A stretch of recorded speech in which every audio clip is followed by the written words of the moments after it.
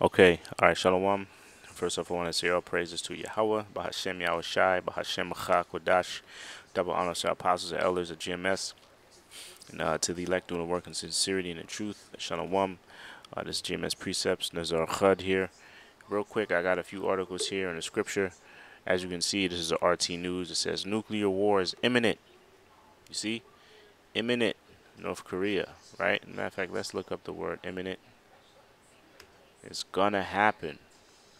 Oh, see? About to happen. They were in imminent danger of being swept away. So it's something that's there's no way around it. And I agree, right? The scriptures agree. World War III is imminent. How America is going to be taken out, pursuant to the book of Revelation.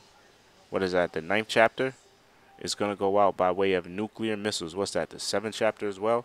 It's gonna go. It's gonna go out by way of nuclear missiles. Nuclear war is imminent. Great word. It says, and this is from North Korea, and it says, I'll read this, and I got one more article. It says the U.S. should abandon its hostile policy if it is truly interested in dialogue. Pyongyang believes, right? So this is from a defense minister. They're claiming America or U.S. is being highly hostile, aggressive, and this is it's gonna the article is gonna go into it, and this is directly after North Korea announced some weapons, right? So this is all. These are all chess moves. These are all strategic, right? Now, when the scriptures say there shall be wars, this is basically what the scripture I'm going to bring out. Wars and rumors of wars, these are the things that we have to look for and we have to delve into, right? We got to see the conflict that's happening throughout these nations as in live action, right? Because it's happening, right? And this just further validates the prophecies that they're true. A lot of things are happening. Meanwhile, if you go on the news, let me just go to real quick and I'll go back to it. This is all you see on the news. This is from Drudge Report. I don't even go in here anymore. This is all they talk about. But this is nothing but a big distraction. This nigga ain't never gonna go to jail, it seems like. But back to this. Meanwhile, you have countries saying nuclear war is imminent, right? Anyway, the world is just a step away from nuclear conflict, says what? Defense Minister Kang Suman. General Kang Sunam said in a statement on Tuesday. The official blamed Washington's desire for regime change in Pyongyang for ratcheting up tensions, right? Because I'll just go in there. He says he also accused the U.S. of increasing its military presence in the region by deploying nuclear-capable aircraft and submarine to the area, right? So this is a direct quote from Kang. Now, the question is not if a nuclear war breaks out on the Korean Peninsula, but who and when it starts. In this year alone, the U.S. sent massive strategic arms to the region, including nuclear-capable submarine aircraft carrier group and a nuclear-capable bomber. U.S. Navy Carrier Strike Group 11, led by its flagship aircraft carrier, the Minsk, arrived in South Korean military in port in late March, right? Because South Korea is a direct ally with America.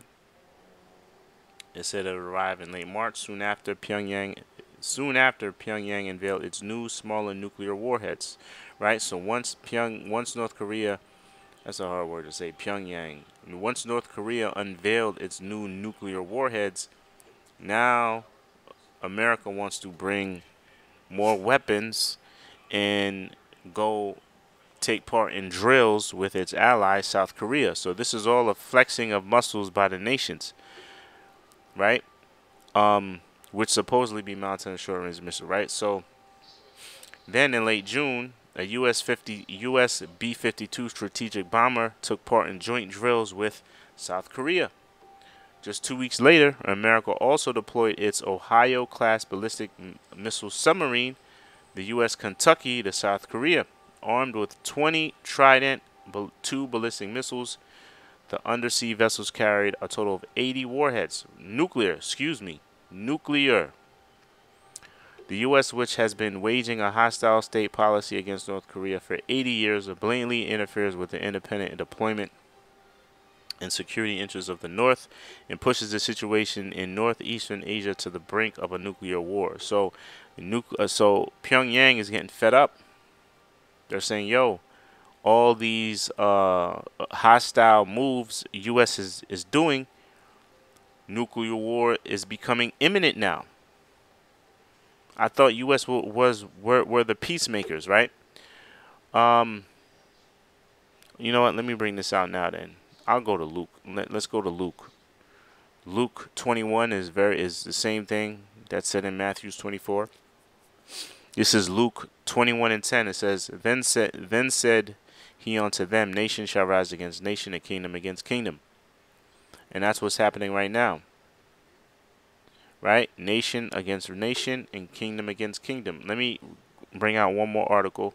This is, again, RT. The U.S. is caught up in a dilemma with Niger. Or Niger, however you say it.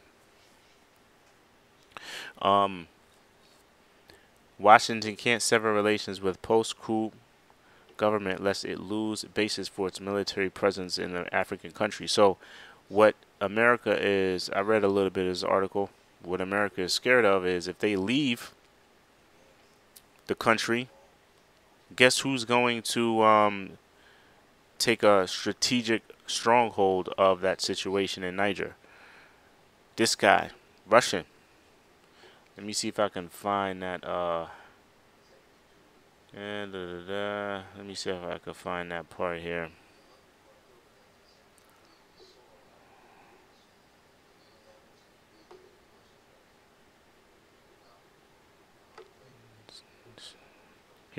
This is a. I'll just read this verse.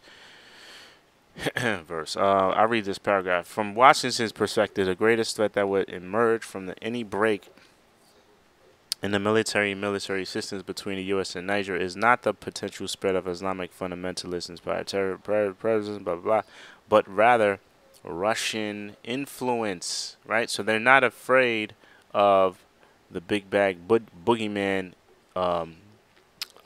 Islamic fundamentalist terrorism. They're not scared of terrorism if they leave. They're scared of Russia being an influence to Niger. Ooh, that's another prophecy, right? In Ezekiel 38 when it says in Gog and Magog being a guard unto them. You see, especially in the form of so it says they fear Russian influence, especially in the form of military security support, allegedly provided by the Wagner Group, a private military company whose African operations appear to operate in sync with Russian foreign policy. Neither the Kremlin nor the Xi Jinping government, blah blah blah blah blah. See, so that's what it is, right? That's another prophecy. This is why we have to constantly watch, right? Let me get this and I'm gonna close out. That was good. Let me get this and I'll close it out. Second Ezra the 15th. No, I'm sorry. Second Ezra the 9th chapter. Second Ezra 9:1, right? It says, He answered me then and said, Measure thou the time diligently in itself, and when thou seest part of the times past, which I told thee before, then shalt thou understand that it is the very same time wherein the highest will begin to visit the world which he made. And what are the signs? What are those signs that he spoke of in the past? One of them is this. I'm sorry. That's Salakia. That's not one of the signs. I don't know how armless cyclist wins. Wow. That's Salakia. These are one of the signs. Excuse me. Nuclear war. That's one of the signs. Salakia, man. It's fucking folly. Sometimes you just gotta laugh.